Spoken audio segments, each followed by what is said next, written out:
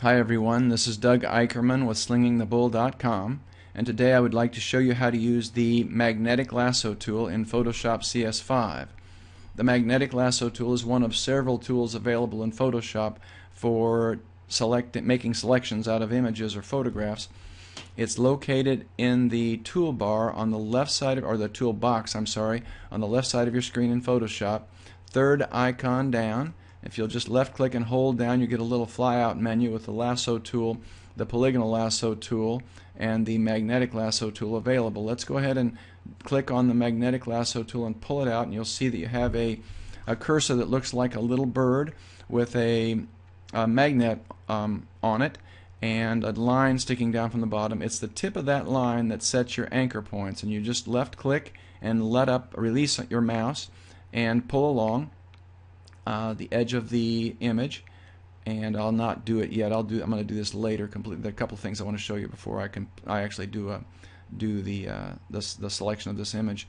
And when you get to the end, you'll see a little circle appears, and that circle indicates that you can now make your selection. So you just left click again, and the selection is made. You can back out of selection with a Command D or a Control D, and I've just backed out of that selection. The second way that you can complete a selection, I'll do another quick one without finishing this image, is to get close and hold down your Control key or Command key. You see the little circle appears, and then left click, and it finds the beginning point of your selection and completes the selection. Control D or Command D on a Mac to get back out again. And then the third way I know of, and there may be more ways, Photoshop's an amazing program. It has a lot of different options, but the three ways I know are these three. Is to get close and double click, and you finish your selection. Control D or Command D to get back out of it. There's an alternative cursor that is a circle. If you just engage your caps lock key, you'll get a circle with a plus sign in the middle, and it's the plus sign that sets your anchor points. I find that to be a more pleasant cursor to use. I don't think there's a lot of difference.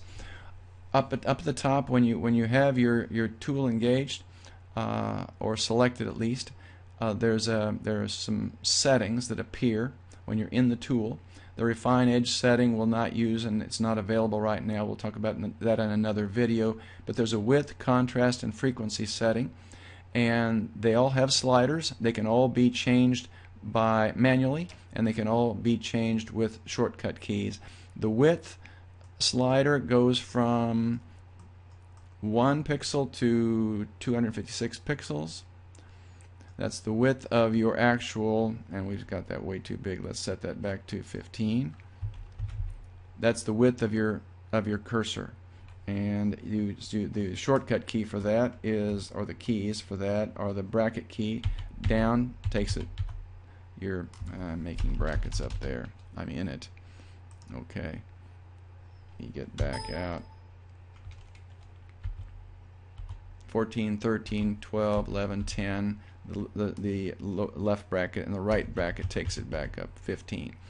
The contrast, we'll leave it at 15 for the purposes of this demonstration. The contrast has a slider from 1% to 100%, and in this case we have a lot of contrast naturally, and I chose this photograph for that reason, between the green background and the white owl.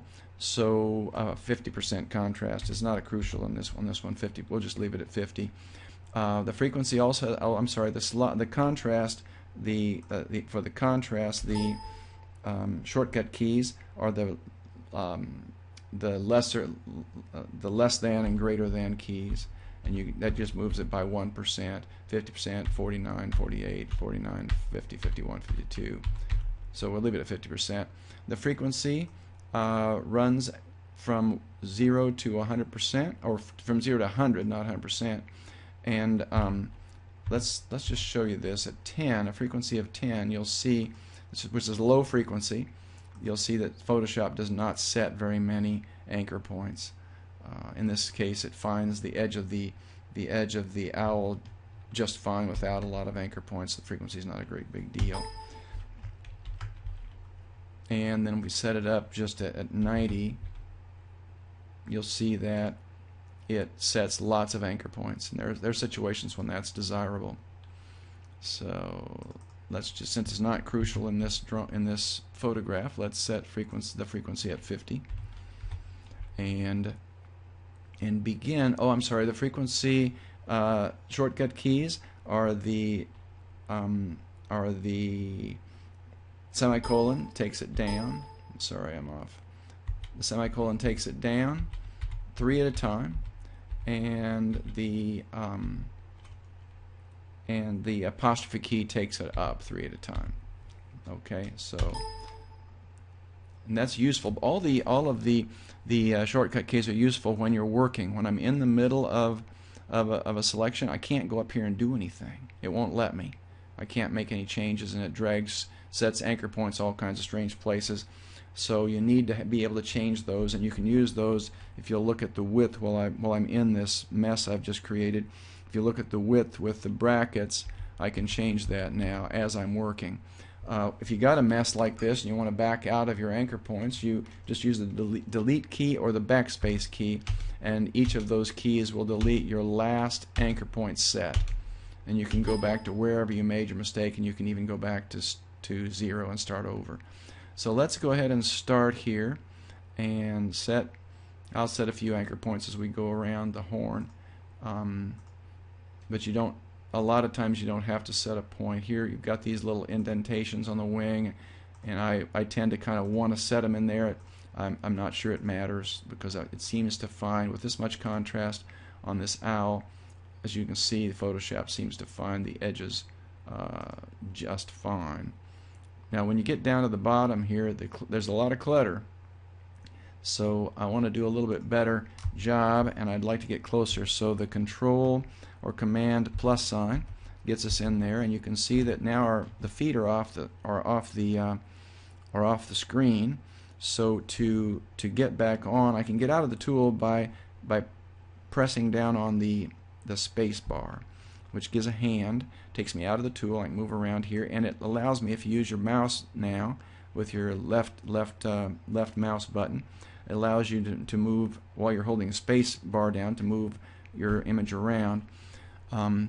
Once you've got it where you want it to go, let up on your space bar, and then just go ahead and, in this case, I'm just going to go ahead and do the clicking for Photoshop. It's just a lot of noise here, difficult for it to find the edges well, and I might as well just do this. And you'll see that when you get back out and you start to at least I got one that looks strange here. Let's get back and start again. It doesn't want to find it necessarily well, even when you're clicking sometimes. So Photoshop has a head of its own a little bit, so even when you're clicking, it does sometimes change your points just slightly. You might have to back out to do that. At any rate, when you do this manually and you do it this close up, when you back out, zoom back out, it's going to look fine. You won't whether a point is a little bit higher, a little bit lower, a little bit left, or a little bit right is just not going to be crucial at all. And you can get as detailed, as you can see here, you can get as detailed with this as you want. Now we've got a piece between the legs we're not going to be able to get with this tool, because this tool is taking the edges to make a selection. So let's back out again and get back where we can work on it normally. And see, Photoshop will find even the ends here. Will find now some of these feathery edges you could go in later and mess with and do a nice job probably of picking that up. And there's some other tools that are available in Photoshop for doing that, or helping you do that.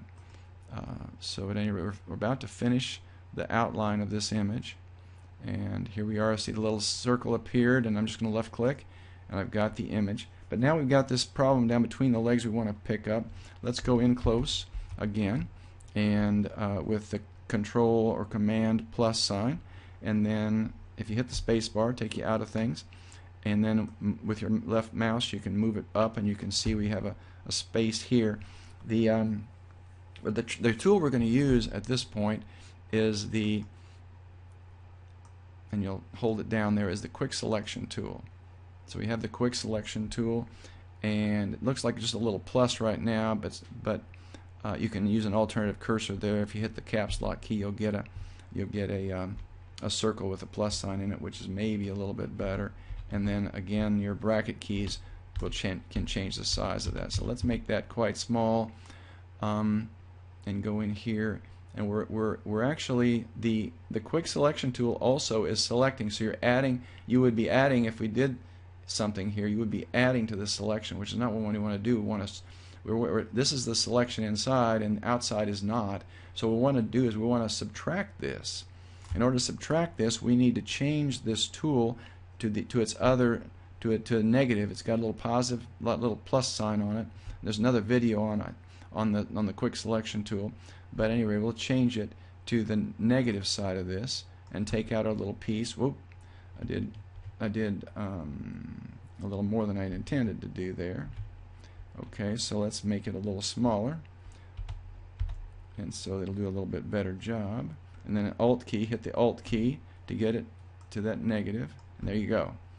Did a nice job. If you get that cursor the right size, it does a nice job of eliminating that. So now we have the whole thing selected, and I'm going to back out. We've got our owl selected. If you just use a Control J, you can do this on another layer.